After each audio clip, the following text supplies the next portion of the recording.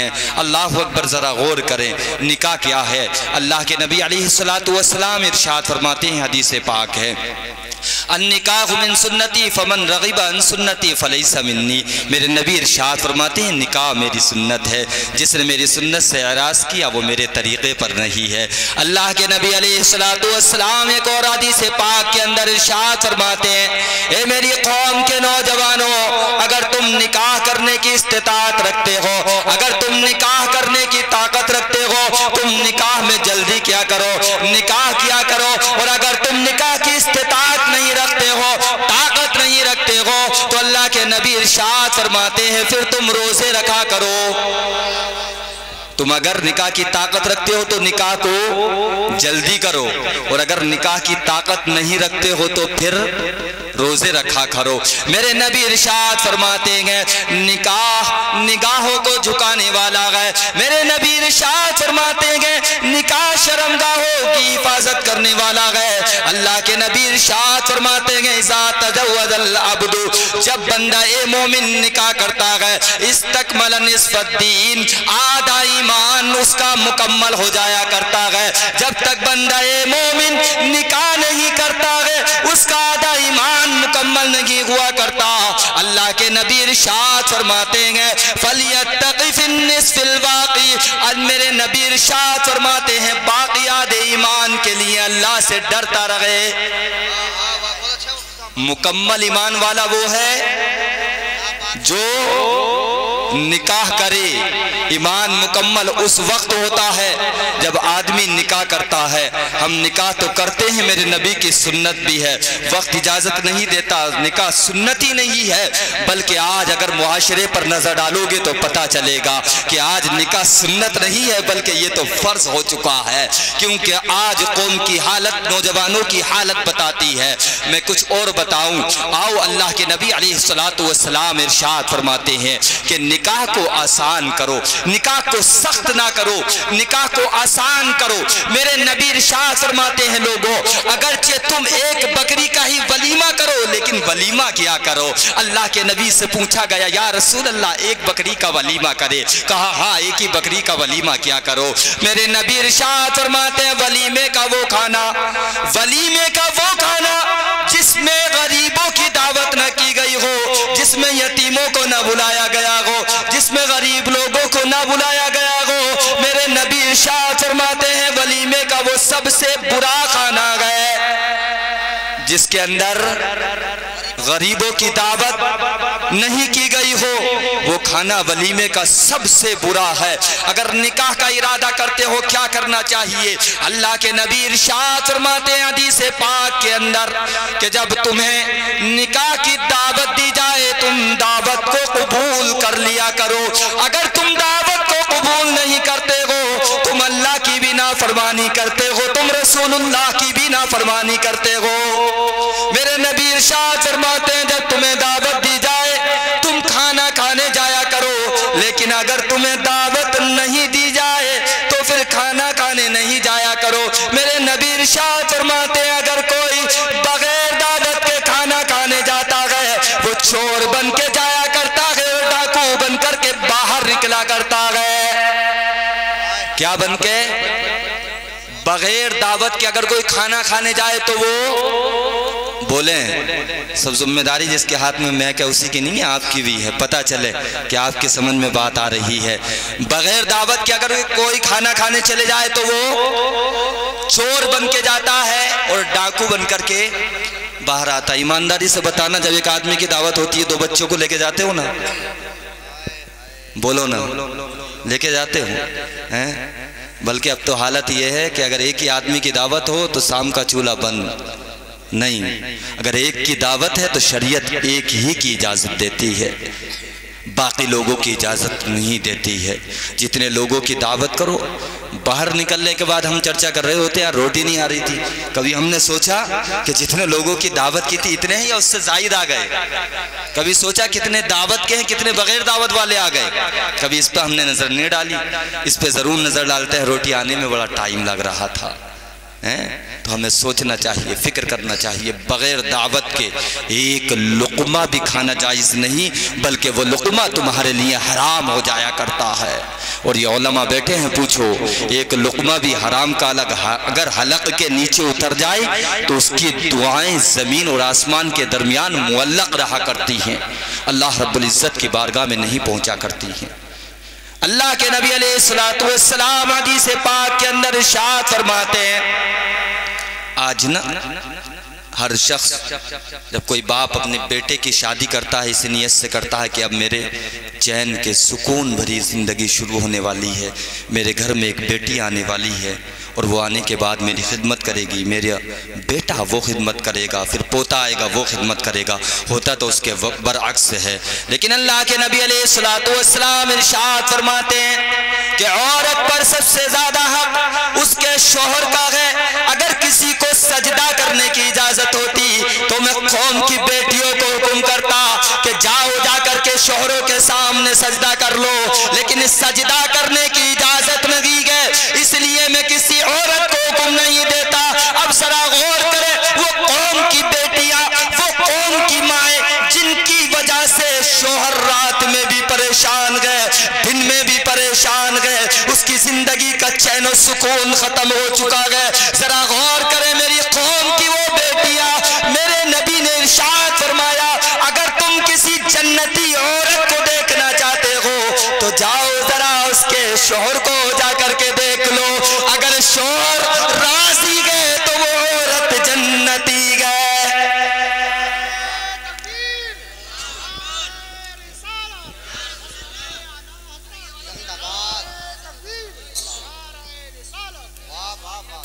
اگر شوہر راضی ہے تو وہ عورت بولیں جنتی ہے، وہ عورت جنتی ہے جس کا شوہر راضی ہے، اور جس کا شوہر عورت سے ناراض ہو وہ عورت بولے نا۔ دیکھیے ٹائم اجازت نہیں دیتا، حضرت کو مجھے بھی سننا، آپ کو بھی سننا۔ وہ عورت جہنمی ہے جو شوہر کی نافرمانی کرے اور شوہر ناراض ہو جائے۔ آؤ اللہ کے نبی سے پوچھتے ہیں یا رسول اللہ وہ عورت تو جہنمی ہے جس کا شوہر ناراض ہو گیا، لیکن یا رسول اللہ یہ بھی بتا دیجئے مرد کے بارے میں بھی فرما دیں، شوہر کے بارے میں بھی بتا دیں۔ میرے نبی ارشاد فرماتے گئے وہ مرد سب سے بہتر ہے جو بیوی کے ساتھ اچھا سلوک کیا کرتا ہے۔ کون سا مرد سب سے بہتر ہے؟ بولیں جو بیوی کے ساتھ اچھا سلوک کرے وہ سب سے بہتر مرد۔ چوراہوں پہ کھڑے ہو کر کے بڑی بڑی باتیں کرنے والوں ذرا کبھی اپنی بیوی پر نظر ڈالو۔ جب تم گھر سے باہر نکلتے ہو تمہاری بیویاں تمہاری برائی کر رہی ہوتی ہیں، یاد رکھنا اس بیوی کو راضی کرنا تمہاری ذمہ داری ہے۔ میرے نبی ارشاد فرماتے ہیں بیوی کا حق یہ ہے شوہر کے اوپر، شوہر جو کھائے وہ اپنی عورت کو کھلائے، شوہر جو خود پہنے وہ اپنی عورت کو پہنائے۔ میرے نبی ارشاد فرماتے گئے بات بات پر بیویوں کو گالی دینے والوں، بات بات پر بیویوں کو مارنے والوں، کبھی تم نے سوچا، تم نے عورتوں کو تو کہا کہ جب سے یہ آئی ہے میرا جینا حرام کر دیا ہے، لیکن ایک قوم کی بیٹی جو اپنی ماں کو چھوڑ کر کے آئی ہے، جو اپنے باپ کو چھوڑ کر کے آئی ہے، جو اپنے بھائی کو چھوڑ کر کے آئی ہے، جو اپنے خاندان کو چھوڑ کر کے آئی ہے، ذرا بتاؤ تو صحیح ماں کو کیوں چھوڑ دیا، باپ کو کس کے سہارے چھوڑ دیا؟ جواب ملے گا شوہر کے لیے چھوڑ کر کے آئی ہے، لیکن شوہر صبح کو اٹھتا ہے اگر چائے میں دیری ہو گئی ہے تو گالیاں دے رہا ہے، شام کو اگر کھانے میں دیری ہو گئی ہے گالیاں دے رہا ہے۔ اور بیویوں کو گالی دینے والوں، بیویوں کو مارنے والوں، میرے نبی ارشاد فرماتے ہیں تم میں سب سے بہتر مرد وہ ہے جو بیوی کے ساتھ اچھا سلوک کیا کرتا ہے۔ نعرہ تکبیر، نعرہ رسالت، مسلک اعلی حضرت، نعرہ تکبیر، نعرہ رسالت۔ میرے نبی نے شوہر سے فرمایا، کبھی غور کریں قوم کے نوجوان، میرے نبی نے کیا فرمایا جو کھائے وہ عورت کو کھلائے۔ آج پتہ کیا ہو رہا ہے؟ خود جا رہا بائک اٹھا کے رامپور چراغ چکن کھا کے آ رہا ہے، فرائی پڑوائی جا کے، وہ بیوی سے کہہ دیا دال بنا کے کھا لیے۔ نبی نے کیا فرمایا جو کھاؤ وہ کھلاؤ۔ خود باٹا کے جوتے پہن رہا ہے 3-3 ہزار کے، اور اگر عورت ڈیمانڈ کر دے پھر اس پر ڈنڈا ہے، یہ اسلام نہیں ہو سکتا، یہ اسلام کی تعلیم نہیں ہو سکتی۔ ہاں اگر شوہر کے حالات نہیں ہیں تو پھر عورت کو، بس آخری بات کہہ رہا ہوں جو میرے نبی نے اپنی پیاری بیٹی حضرت فاطمہ سے کہی تھی، اور ہر ایک باپ کو اپنی بیٹی کو رخصت کرتے وقت یہی بات کہنی چاہیے جو بات میرے نبی نے کہی تھی۔ اگر یہ کہہ کر کے رخصت کر رہے ہو، یقین جانو وہ بیٹی جب شوہر کے گھر میں پہنچے گی نا، اس گھر کو جنت بنا دے گی، اس گھر کو جہنم نہیں بنائے گی بلکہ جنت بنا دے گی۔ آؤ اللہ کے نبی علیہ السلام کی بارگاہ میں مولا علی شیر خدا رضی اللہ تعالیٰ عنہ رشتہ لے کر کے آئے۔ میرے نبی نے ارشاد فرمایا علی کیوں آئے ہو؟ علی نے عرض کیا سرکار میں آپ کی بیٹی کا ہاتھ مانگنے کے لیے آیا ہوں۔ میرے نبی نے ارشاد فرمایا تھا مجھے جبریل امین نے پہلے کی خبر دے دی، مجھے معلوم ہو گیا تم اس کام کے لیے آئے ہو۔ میرے نبی نے ارشاد فرمایا علی رک جاؤ۔ علی رک گئے۔ میرے نبی اپنی پیاری بیٹی کے پاس چلے گئے۔ کہاں پہنچ گئے؟ پیاری بیٹی کے پاس جب چلے نا، سید الملائکہ جبریل امین تشریف لے آئے۔ عرض کرتے ہیں سرکار علیہ السلام اللہ نے عرش اعظم پر فاطمہ اور علی کا رشتہ طے کر دیا ہے، زمین پر آپ طے کر دیجئے۔ اللہ نے کہاں کر دیا؟ عرش پر، آپ زمین پر کر دیں۔ میرے نبی نے فرمایا رشتہ تو طے ہو چکا ہے، لیکن ایک مرتبہ پہلے اپنی بیٹی سے جا کر کے اجازت لے لوں۔ کیا کر لوں؟ اپنی بیٹی سے جا کر کے بولے بھائی کل کو تمہیں باپ بننا ہے، اسلام کی تعلیم کو سیکھو۔ نبی جانتے فاطمہ منع نہیں کر سکتی، لیکن میرے نبی نے امت کو پیغام دیا باپ جب اپنی بیٹی کی شادی کرنے کا ارادہ کرے، منگنی کرنے کا ارادہ کرے تو پہلے اپنی بیٹی کے پاس جائے اور جا کر کے پوچھے کہ تیرا نکاح فلاں کے ساتھ کرنا چاہتا ہوں، تیری اجازت ہے یا نہیں؟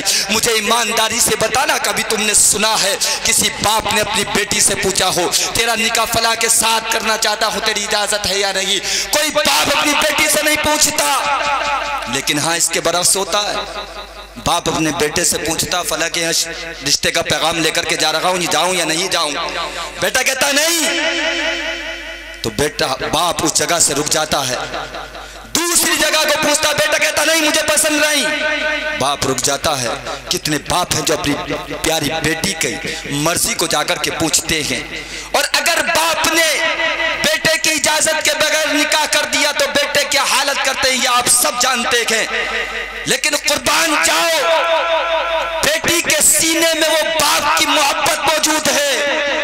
بیٹیوں کو زحمت سمجھنے والوں، بیٹیوں کی پیدائش پر ماتم کرنے والوں، بیٹی کے کلیجے میں اللہ نے وہ باپ کی محبت رکھی ہے کہ باپ بیٹی سے پوچھتا بھی نہیں ہے، جس کے ہاتھ میں ہاتھ دیتا ہے بیٹی سر کو جھکا کر کے تسلیم کر لیتی ہے اور اپنی پوری زندگی کا فیصلہ کر لیتی ہے۔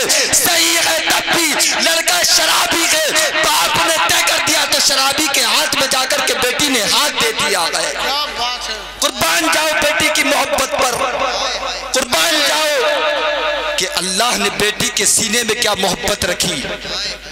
کبھی تم نے نہیں سنا بیٹی نے انکار کیا ہو، آواز اٹھائی ہو، لیکن اسلام کی تعلیم یہ ہے کہ تم بیٹیوں سے جا کر کے پوچھو۔ میرے نبی نے حضرت فاطمہ سے جا کر کے پوچھا اے فاطمہ تمہارا رشتہ علی کے ساتھ طے کر دیا جائے۔ حضرت فاطمہ نے جب اتنا سنا تو آنکھوں سے آنسو نکلنے لگے، رونے لگی۔ حضرت فاطمہ کی آنکھوں میں آنسو آئے، میرے نبی نے سینے سے لگایا، ارشاد فرمایا بیٹی فاطمہ بات کیا ہے؟ بیٹی فاطمہ رو کیوں رہی ہو؟ کس بات کا خیال آ گیا؟ عرض کرتی ہیں بابا جان آج ماں خدیجہ الکبریٰ کی یاد آ گئی۔ یہ بات تو ماں کر کے پوچھا کرتی کہ بیٹی تیرا رشتہ فلاں کے ساتھ طے کیا جا رہا ہے، لیکن آج میری ماں ہوتی تو آ کر کے پوچھتی کہ تیرا رشتہ فلاں کے ساتھ طے کیا جا رہا ہے، تیرا رشتہ علی کے ساتھ طے کیا جا رہا ہے۔ یا رسول اللہ ماں کی یاد آ گئی. میرے نبی نے سینے سے لگایا تھا. رخصتی کا وقت آیا. وہ آخری بات کو ہر باپ کان کھول کر کے سن کر کے جائے. میری قوم کی بیٹیاں سنیں میرے نبی نے اپنی پیاری بیٹی کو کیا وصیت کی ہے, رخصتی کے وقت کیا پیغام دیا ہے. اس پیغام کو یاد کر کے جانا اور اپنی بیٹیوں کو یہ پیغام دینا. جب رخصتی کا وقت آیا میرے نبی نے ارشاد فرمایا تھا, اے ام سلمہ جاؤ گھر میں چلی جاؤ, کوئی نئی چادر گھر میں موجود ہو تو نئی چادر لے کر کے آؤ. ام سلمہ گئی اور واپس آئی تو دیکھا گھر میں کوئی بھی نئی چادر موجود نہیں گئے, کوئی بھی نئی چادر موجود نہیں گئے. میرے نبی نے فرمایا ام سلمہ کوئی تو چادر ہوگی جو اپنی پیاری بیٹی فاطمہ کے سر پر ڈال دوں. ام سلمہ ایک چادر کو لے کر کے آئی جس کے اندر 17 تقریباً پیوند لگے ہوئے ہیں. 17 جگہ سے سلی ہوئی چادر کو ام سلمہ لے کر کے آئی. میرے نبی نے اس چادر کو حضرت فاطمہ کو اڑایا اور ارشاد فرمایا تھا, بیٹی فاطمہ تو صابرہ شاکرہ بن کر کے زندگی گزارنا. بیٹی فاطمہ اگر تو صبر کرتی رہی تو دنیا میں تو نہیں لیکن کل جنت کے اندر تمام عورتوں کی سرداری کا تاج تیرے سر پر رکھا جائے گا. واہ واہ کیا بات ہے, نواز نواز. میرے نبی نے پھر کہا تھا اپنی بیٹی سے, اب اس بات کو سنیں, پوری تقریر کا مغز ہے یہ. میرے نبی نے آج ہر گھر میں لڑائی ہے نا, ہر گھر میں جھگڑا ہے. 3 مہینے کے بعد چولہا الگ ہے, 3 مہینے کے بعد جو ہے دیواریں کھچ رہی ہیں, 3 مہینے کے بعد سگا بیٹا اپنے باپ کو گالیاں دے رہا ہے, 4 مہینے کے بعد ماں کو گالیاں دی جا رہی ہیں. وجہ کیا ہے؟ میرے نبی نے فرمایا تھا سنو بیٹی فاطمہ, حالات کیسے بھی ہو, میرے ساتھ بولے حالات کیسے بھی ہو لیکن علی کی آنکھوں میں آنسو آنے کا سبب نہیں بننا. میرا علی بہت غریب ہے, کبھی اس کی امکان سے زیادہ پیسوں کی ڈیمانڈ مت کرنا, کوئی بھی چیز طلب مت کرنا علی سے. علی کی آنکھوں میں آنسو نہیں آنا چاہیے. اگر ہر باپ اپنی بیٹی سے کہے اے میری بیٹی آج میں تجھے رخصت کر رہا ہوں, جس کی تو امانت تھی اس کے حوالے کر رہا ہوں, آج سے سب سے زیادہ حق تیرے اوپر اس شوہر کا ہے, میرا نہیں ہے. اگر یہ باپ پیغام دے دے اپنی بیٹی کو تو یہ بیٹی جا کر کے شوہر کی اطاعت کرنا شروع کر دے, فرما برداری کرنا شروع کر دے. لیکن باپ تو یہ کہتا ہے بیٹی تو جا رہی ہے گھبرانا مت, میں ہوں یہاں موجود, کوئی بات ہو تو فون کر لینا. فون کر دیے مجھے, میں آ جاؤں گا. بھائی کہتا ہے ٹینشن لینے کی ضرورت نہیں ہے, میرے بہت معاملات ہیں, بہت بڑے بڑے لوگوں سے ہیں. بہن گھبرانا نہیں ہے. تو ماں 4 قدم آگے لگتی. آج بتاؤں حقیقت, جتنے گھر ٹوٹ رہے ہیں, جتنے گھر ٹوٹ رہے ہیں اس میں ماؤں کا ہاتھ ہے.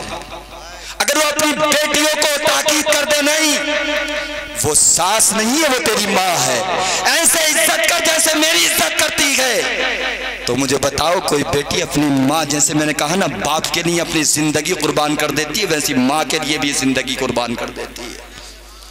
اس لیے زندگی کا معمول بناؤ, جب اپنی بہن اپنی بیٹی کو رخصت کرو تو یہ پیغام دو کہ بیٹی کبھی بھی شوہر کی آنکھوں میں آنسو آنے کا سبب نہیں بننا.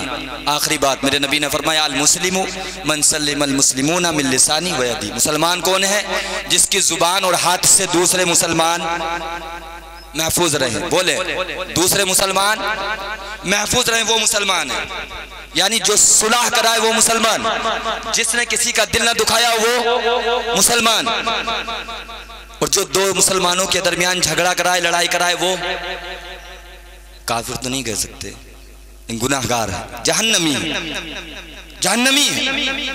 2 مسلمانوں کے درمیان لڑائی کرانے والا, حدیث بہت لمبی ہے میں اس طرف نہیں جانا چاہتا, لیکن اس کا مغز یہی ہے, حاصل یہی ہے. 2 مسلمانوں کے درمیان صلح کرانے والا جنتی, 2 مسلمانوں کے درمیان لڑائی کرانے والا جہنمی. ایمانداری سے بتانا, جس نے ماں اور بیٹے کے درمیان لڑائی کرا دی ہو وہ, ارے بولو نا, اب بھی اتنا ٹائم لو گے, مجھے معلوم ہے گھر میں جا کے لڑائی ہو سکتی ہے اگر تم نے بول دیا تو. جس نے ماں اور بیٹے کے درمیان جھگڑا کرایا ہو وہ